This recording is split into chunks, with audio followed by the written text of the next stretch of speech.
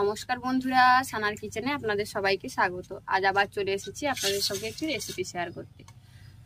আজকে অনেকগুলো পরিমাণে গুগলি আনা হয়েছিল, সেই গুগলিগুলো ছাড়িয়েই আজকে রান্না করা হবে। গুগলি আগে থেকেই ছাড়িয়ে নিয়েছি, কারণ গুগলি ছাড়ানোর ভিডিও আপনাদের সঙ্গে এর আগেও শেয়ার করেছিলাম, তাই আজকে আর ভিডিওটা বড় হয়ে যাবে বলে এত কিছু করিনি। গুগলিটা আগে থেকে ছাড়িয়ে রেখেছি। আর সেই গুগলি রান্নায় আজকে ব্যবহার হবে আলু আর কুঁদরি। কুঁদরি আর আলুটাকে এখন কেটে নিচ্ছি।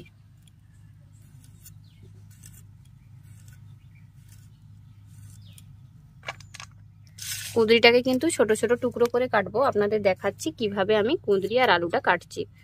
কুঁদরিটাকে এইভাবে মাঝখান থেকে একটা ফালি করে দিয়ে তারপর এইভাবে আড়াআড়ি করে ছোট ছোট টুকরো করে কেটে নিচ্ছি। দেখুন এইভাবে।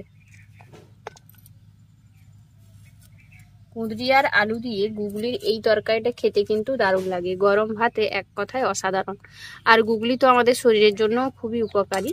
চলুন এবার আপনাদের আলুটাও কেটে দেখিয়ে দিই, তারপর আমি বাকি সমস্ত কিছুকে কেটে নেব। দেখুন আলুগুলোকেও এইভাবে ছোট ছোট টুকরো করে কেটে নিচ্ছি। একটু ছোট ছোট টুকরো করলে এটা বেশ মাখো মাখো তৈরি হয়, আর সবজি আর আলু সমস্ত কিছু কিন্তু খুব তাড়াতাড়ি সেদ্ধও হয়। কুঁদরি আর আলুটা কেটে নেওয়া হয়ে গেছে। এবার রান্নাটা শুরু করব। তার জন্য কড়াই গরম করে কড়াইয়ের মধ্যে দিয়ে দিচ্ছি সর্ষের তেল।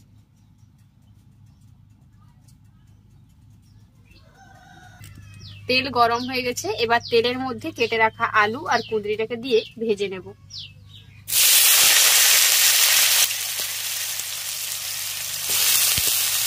এবার এর মধ্যে দিয়ে দিচ্ছি স্বাদ মতো লবণ আর হলুদের গুঁড়ো। হলুদ আর লবণটা দিয়ে আলু আর কুঁদরিটাকে ভেজে নেব। আলু আর কুঁদরিটাকে ঢাকা দিয়ে ভাজবো, যাতে এগুলো খুব ভালোভাবে সেদ্ধও হয়ে যায় আবার ভাজাও হয়ে যায়। আলু আর কুঁদরিটাকে ভেজে নিয়েছি, এবার এটা নামিয়ে একটা পাত্রে রেখে দেবো। কুঁদরি আর আলুটা তুলে নেওয়ার পর গুগলিটাকে আমি এর মধ্যে দিয়ে দিচ্ছি। প্রথমে আমি গুগলিটা দিয়ে গুগলির মধ্যে যে জলটা থাকে সেটাকে খুব ভালোভাবে শুকিয়ে নেব।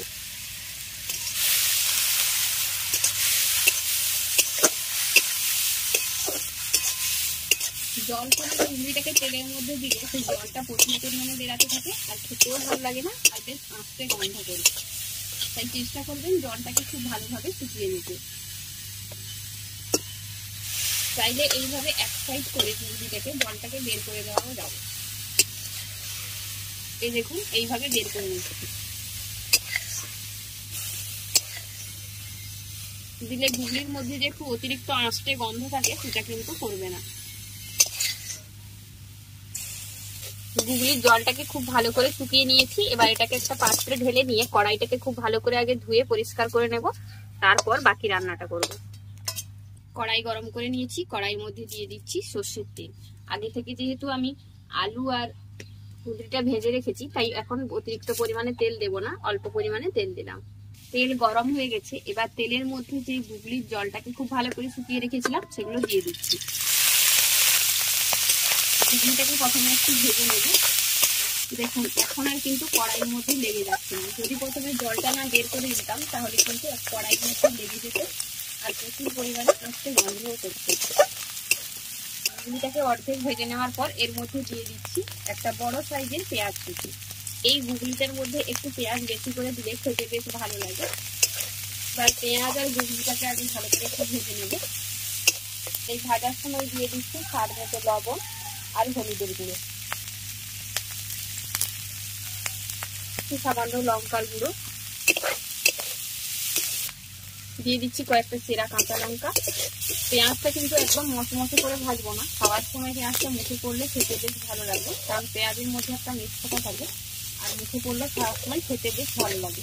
এবার আমি এর মধ্যে দিয়ে দিচ্ছি সর্ষে আর জিরে বাটা। সর্ষে আর জিরেটাকে খুব ভালো করে মিহি করে বেটে নিয়েছিলাম, এটা আমি এর মধ্যে দিয়ে দিলাম। এবার সর্ষে আর জিরেটাকে গুগলি আর পেঁয়াজ সমস্ত কিছুর সঙ্গে খুব ভালো করে কষিয়ে নিতে হবে। ভালো করে কষালেই কিন্তু টেস্টটা বেশি আসবে, তাই অবশ্যই কিন্তু একটু ভালো করে কষাবেন। এমনিতে আমরা অনেক কিছু রান্নাতেই কিন্তু সর্ষে বাটাটাকে ভাজি না, কিন্তু এখানে সমস্ত কিছুতে খুব ভালো করে কষাতে হবে, তাহলে কিন্তু সর্ষেটা গন্ধ করবে আর খেতেও ভালো লাগবে না। সরষে দিয়ে খুব ভালো করে কষিয়ে নেওয়ার পর আগে থেকে যে আলু আর কুঁদরিটা ভেজে রেখেছিলাম সেটা এবার এর মধ্যে দিয়ে দেবো। দিয়ে সমস্ত কিছুকে মিশিয়ে নিয়ে খুব ভালো করে আবার কষিয়ে নেব। সমস্ত কিছুকে খুব ভালো করে কষিয়ে নিয়েছি। এবার আমি এর মধ্যে দিয়ে দেব জল। আগে থেকে আলু কুঁদরি ভাজা আছে, যাতে সরষেটা খুব ভালোভাবে সিদ্ধ হয়, সরষের যে একটা রায়া গন্ধ থাকে সেটা যেন না আসে, আর রান্নাটা যেন মাখো মাখো হয় সেটা বুঝেই আমি জলটা ব্যবহার করছি। এই রান্নাটা একটু মাখো মাখো খেতেই বেশ ভালো লাগে, তবে আপনারা চাইলে একদম শুকনো করেও রান্না করতে পারেন। এখানে আমি 2 কাপ পরিমাণে জল দিয়ে দিলাম। এবার ঢাকা দিয়ে অল্প আঁচে এটাকে রান্না করব, যাতে সমস্ত কিছু একসঙ্গে মিশে গিয়ে এটা মাখো মাখো তৈরি হয়।